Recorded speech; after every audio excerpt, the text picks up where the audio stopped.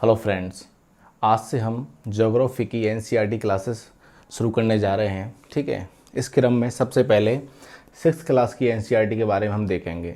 हमें 6 to 12 पूरा cover करना है। शुरुआत हम 6 से करेंगे। देखिए, अगर आप 6 to 12 एनसीईआरटी कवर कर लेते हैं तो कोई भी सिविल सर्विस का एग्ज़ाम हो, आपको उसके लिए अलग से ज्योग्राफी की कोई भी ऑथेंटिक बुक पढ़ने की आवश्यकता नहीं है। ठीक है, तो आइए शुरुआत करते हैं। पहला टॉपिक है हमारा सौरमंडल में पृथ्वी। देखिए, एक सभ्यता थी रोमन सभ्यता। तो रोमन सभ्यता के लोग जो थे वो सूर्य देवता के लिए एक शब्द इस्तेमाल करते थे, सोल। सोल शब्द का इस्तेमाल करते थे सूर्य देवता के लिए।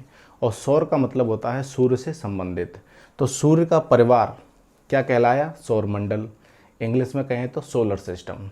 ठीक है, अब सौरमंडल में पृथ्वी की स्थिति, यानी कि अब देखिए, अगर हम सूर्य से दूरी के हिसाब से बात करें तो पृथ्वी तीसरे नंबर का ग्रह है। ठीक है, सूर्य से दूरी के अनुसार बात करें तो पृथ्वी तीसरे नंबर का ग्रह है। और आकार के हिसाब से बात करें तो पृथ्वी 5वां सबसे बड़ा ग्रह है सौरमंडल के अंदर। कौन सा? 5वां। ठीक, अब देखिए पृथ्वी की आकृति कैसी है। देखिए, पृथ्वी ध्रुवों से, यानी कि उत्तरी ध्रुव और दक्षिणी ध्रुव, दो ध्रुव हैं पृथ्वी के, दोनों ध्रुवों से थोड़ी चपटी है, थोड़ी चपटी है। इसलिए एनसीईआरटी ने पृथ्वी की आकृति को एक नाम दिया है, वो नाम है भू आब।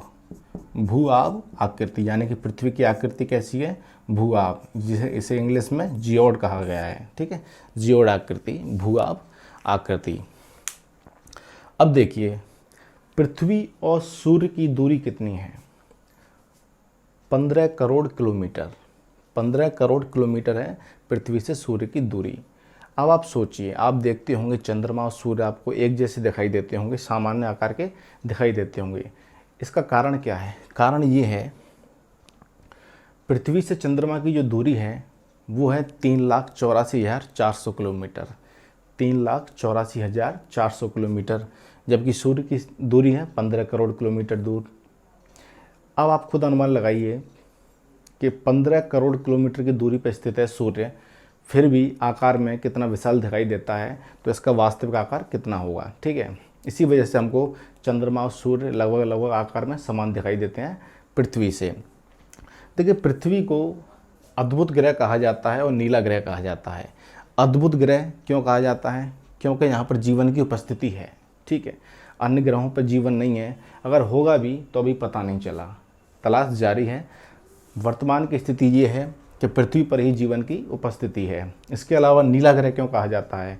देखिए, इसका 2/3 भाग, लगभग 70% भाग, इसकी जो सतह है वो पानी से ढकी हुई है। ठीक है, कितने बड़े बड़े महासागर हैं आप देखते होंगे, प्रशांत महासागर है, अटलांटिक महासागर है, हिंद महासागर है, इसके अलावा नदियाँ हैं काफ़ी। ठीक है, इसलिए पृथ्वी को कहा जाता है। पृथ्वी का एक उपग्रह जिसे हम चंद्रमा कहते हैं। ठीक, चंद्रमा अपने अक्ष पर 27 दिन में घूमता है और पृथ्वी का चक्कर भी 27 दिन में ही लगाता है। यानी कि चंद्रमा जो है पृथ्वी का चक्कर 27 दिन में लगाता है और अपने अक्ष पर भी 27 दिन में घूमता है। इसलिए पृथ्वी से हमें चंद्रमा का सिर्फ एक ही भाग दिखाई देता है। देखिए, मैं सौरमंडल में पृथ्वी की स्थिति बता रहा हूँ और उससे जुड़ी हुई चीज़ें, इसलिए हमें चंद्रमा का सिर्फ एक ही भाग दिखाई देता है। ठीक है, चंद्रमा का व्यास जो है पृथ्वी के व्यास से 1/4 है। यानी कि अगर आपको व्यास पता होगा, जैसे कि एक वृत्त है तो इसका जो बीच में से अगर 2 भाग कर दें तो ये जो लाइन है ये इसका व्यास है। ठीक है, तो यानी कि पृथ्वी का जो व्यास है उसका 1/4 व्यास है किसका? चंद्रमा का। अब चंद्रमा को लेकर आपने 2 शब्द सुने होंगे, पूर्णिमा और अमावस्या। ये क्या होता है? वैसे तो सारे लोग परिचित होंगे। पूरे चंद्रमा की रात, उसे हम पूर्णिमा कह देते हैं। यानी कि उस दिन चंद्रमा हमें पूरी चमकता हुआ दिखाई देता है, उसके अगले दिन से हल्का हल्का घटना चालू हो जाता है और 15 दिन बाद पूरी तरह से एक दिन ऐसा आता है जिस दिन चंद्रमा बिल्कुल दिखाई नहीं देता, उस दिन हम उसको क्या कहते हैं? अमावस्या। ठीक है, ये बात आप सबको पता होगी। लेकिन जो बात एनसीईआरटी में दी गई है वो क्या बात है? देखिए, अमावस्या के लिए एक नया शब्द यूज किया गया है एनसीईआरटी के अंदर। एनसीईआरटी में अमावस्या को एक अलग नाम दिया गया है। वो नाम क्या है? देखिए, एनसीईआरटी में अमावस्या को कहा गया है नए चंद्रमा की रात्रि। नए चंद्रमा की रात्रि। ये शब्द यूज किया गया है एनसीईआरटी में अमावस्या के लिए। ठीक है, और आइए देखते हैं अगला पॉइंट है हमारा खगोलीय पिंड।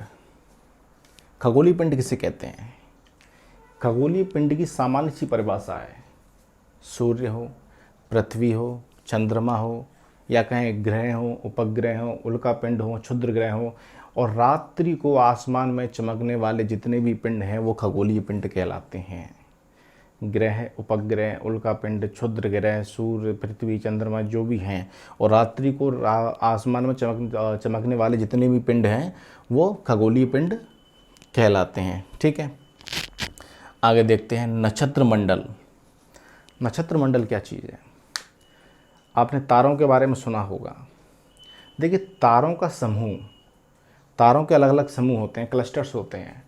वो समूह मिलकर एक अलग आकृति बनाते हैं, वो समूह मिलकर एक अलग आकृति बनाते हैं, और उस आकृति को हम कहते हैं नक्षत्र मंडल। उदाहरण के तौर पर मैं आपको बताता हूँ, अर्सा मेजर एक नक्षत्र मंडल है। अर्सा मेजर या बिग बियर, इसको अपन बिग बियर भी कहते हैं। अर्सा मेजर या बिग बियर एक नक्षत्र मंडल है। और आपने एक नाम सुना होगा सप्तऋषि तारा मंडल के बारे में। वो सप्तऋषि तारा मंडल अर्सा मेजर का ही पार्ट है। ये फैक्ट आप याद रखिएगा। देखिए, एनसीईआरटी फैक्टों से भरी हुई है। ठीक है, तो वो आपको याद रखने होंगे। अर्सा मेजर या बिग बियर का ही पार्ट है कौन? सप्तऋषि मंडल, इसे हम कहते हैं नक्षत्र मंडल। अब बात करते हैं हम ग्रह व तारों के बारे में। ग्रह व तारों में अंतर क्या होता है? देखिए, ग्रह ऐसे खगोलीय पिंड हैं जिनमें खुद का कोई प्रकाश नहीं होता। ठीक है, खुद की कोई ऊष्मा नहीं होती, वो किसी दूसरे पिंड से प्रकाशमान होते हैं। ठीक है, वो कहलाते हैं ग्रह। और तारे क्या होते हैं? तारे गैसीय पदार्थों से मिलकर बने होते हैं। इनमें खुद की ऊष्मा होती है, खुद की ऊर्जा होती है, और खुद के प्रकाश से प्रकाशित होते हैं एवं अन्य ग्रहों को भी प्रकाशित करते हैं। जैसे कि ग्रह है हमारा पृथ्वी, वो किस तारे की वजह से प्रकाशित होता है? सूर्य की वजह से। सूर्य एक तारा है। ठीक है, और आपने सुना होगा तारे पुराने समय में जो राहगीर लोग होते थे, जो रात्रि में मतलब सफ़र करते थे, वो तारों की सहायता से दिशा का ज्ञान करते थे। ठीक है, दिशा का ज्ञान तारों की सहायता से। कैसे? आपने सप्तऋषि मंडल आपने देखा होगा। देखिए, कुछ इस तरह से करके आकृति होती है उसकी, सप्तऋषि मंडल की, यूं करके यूं। ये तो ये यहाँ ये तारे हैं। ये जो तारे हैं दो, इनकी सीध में जो तारा होता था उसे कहते थे ध्रुव तारा। और ध्रुव तारा किस दिशा में उपस्थित होता है आपको अच्छी तरह पता है, वो उत्तर दिशा में। ठीक है, इससे दिशा का अनुमान लगाया जाता था प्राचीन समय में। आगे देखते हैं क्षुद्र ग्रह। क्षुद्र ग्रह क्या है? देखिए, एक ऐसी पट्टिका, यानी कि विभिन्न पदार्थों से मिलकर बने होते हैं ये क्षुद्र ग्रह, और एक पट्टिका के रूप में होते हैं। ठीक है, और सूर्य का चक्कर लगाते हैं। यानी कि विभिन्न पदार्थों से मिलकर बने हुए खगोलीय पिंड होते हैं और सूर्य का चक्कर लगाते हैं, और एक पट्टिका के रूप में सौरमंडल में उपस्थित हैं। और ये पट्टिका कहाँ पर स्थित है? ये पट्टिका स्थित है मंगल और बृहस्पति ग्रह के बीच में। मंगल और बृहस्पति ग्रह के बीच में क्षुद्र ग्रहों की एक पट्टिका पाई जाती है। ठीक है, क्षुद्र ग्रहों की एक पट्टिका पाई जाती है, ये क्षुद्र ग्रह कहलाते हैं। उल्कापिंड। उल्कापिंड क्या चीज़ है? ये सूर्य का चक्कर लगाते हुए यानी लगाने वाले छोटे छोटे पत्थरों के टुकड़े होते हैं। अब आप कहोगे पत्थरों के टुकड़े, आप ये मत सोच लेना कि ऐसे छोटे मोटे टुकड़े। हम अंतरिक्ष के संबंध में बात कर रहे हैं, तो वहाँ टुकड़ों का मतलब भी, पत्थर के टुकड़ों का मतलब भी काफ़ी विशालकाय पत्थर रहते होंगे। ठीक है, वो सूर्य का चक्कर लगाते हैं। लेकिन कभी कभी क्या होता है, ये ग्रहों की गुरुत्वाकर्षण क्षेत्र में प्रवेश कर जाते हैं। जैसे कि पृथ्वी के गुरुत्वाकर्षण क्षेत्र में ये प्रवेश कर गए। अब इसकी गति किसकी तरफ हो जाएगी? पृथ्वी की तरफ हो जाएगी। पृथ्वी की तरफ हो जाती है तो जो घर्षण के कारण इनमें आग लग जाती है। घर्षण के कारण इनमें आग लग जाती है। तो अधिकांश जो उल्कापिंड होते हैं वो पृथ्वी पर पहुँचते पहुँचते नष्ट हो जाते हैं, या तो नष्ट हो जाते हैं या उनका थोड़ा बहुत अवशेष भाग होता है। अगर कोई विशालकाय उल्कापिंड है और उसका मतलब आग लगने से वो पूरा नष्ट नहीं हुआ, तो हो सकता है वो भूकंप जैसी स्थितियां पैदा कर दे पृथ्वी पर आकर, या कहीं गड्ढा वड्ढा कर दे। इस तरह की घटनाएं देखने को मिलती हैं। ठीक, ये हो गया आपका उल्कापिंड। अब ग्रहों के बारे में आप थोड़ा विस्तार पूर्वक जान लें कि सूर्य का परिक्रमण काल कितना होता है किस ग्रह का, अपने अक्ष का घूर्णन काल कितना होता है किसका, ठीक है, उपग्रहों की संख्या कितनी है। देखिए, अब पहली बात करते हैं बुध ग्रह की। बुध ग्रह सूर्य का परिक्रमण काल करता है 88 दिन में, और घूर्णन इसका होता है 59 दिन में। बुध सूर्य का परिक्रमण 88 दिन में करता है और घूर्णन करता है 59 दिन में। शुक्र ग्रह सूर्य का परिक्रमण 255 दिन में करता है और घूर्णन 243 दिन में। आप नोटिस कीजिए, 255 दिन में सूर्य का चक्कर भी और 243 अपने अक्ष पर भी, यानी कि लगभग काफ़ी समान है। ठीक, पृथ्वी का आपको पता होगा 1 साल लगता है 365 दिन, और अपने अक्ष पर घूर्णन में लगता है उसको 1 दिन। मंगल 687 दिन, इसके अलावा इसका जो घूर्णन काल है 1 दिन, यानी कि सूर्य का परिक्रमण काल जो मंगल का है वो 687 दिन का है, और जो घूर्णन काल है वो पृथ्वी के बराबर ही है 1 दिन का। अब मैंने जो ऊपर के 4 ग्रह जो आपको बताए हैं, इनको आंतरिक ग्रह कहते हैं। क्या कहते हैं? आंतरिक ग्रह।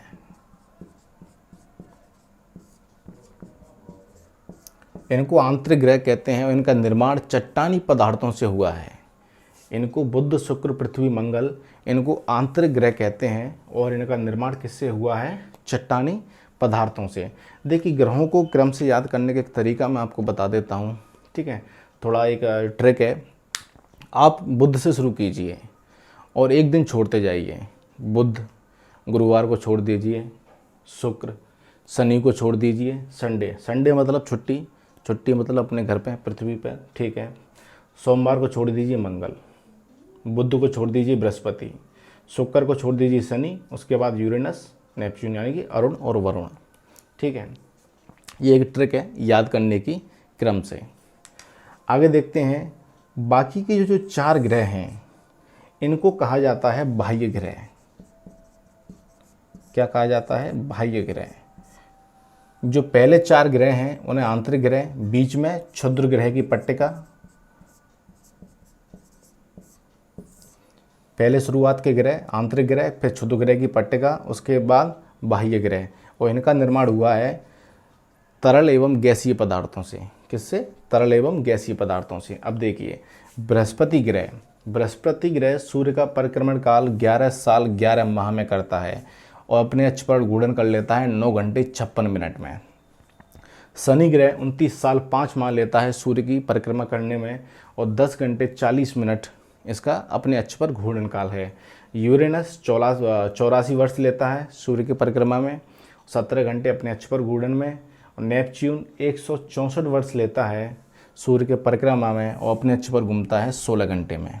ठीक, इनके उपग्रह जान लेते हैं। देखिए, बुध और शुक्र का कोई उपग्रह नहीं है। ठीक है, पृथ्वी का एक उपग्रह, आप सब परिचित होंगे चंद्रमा से।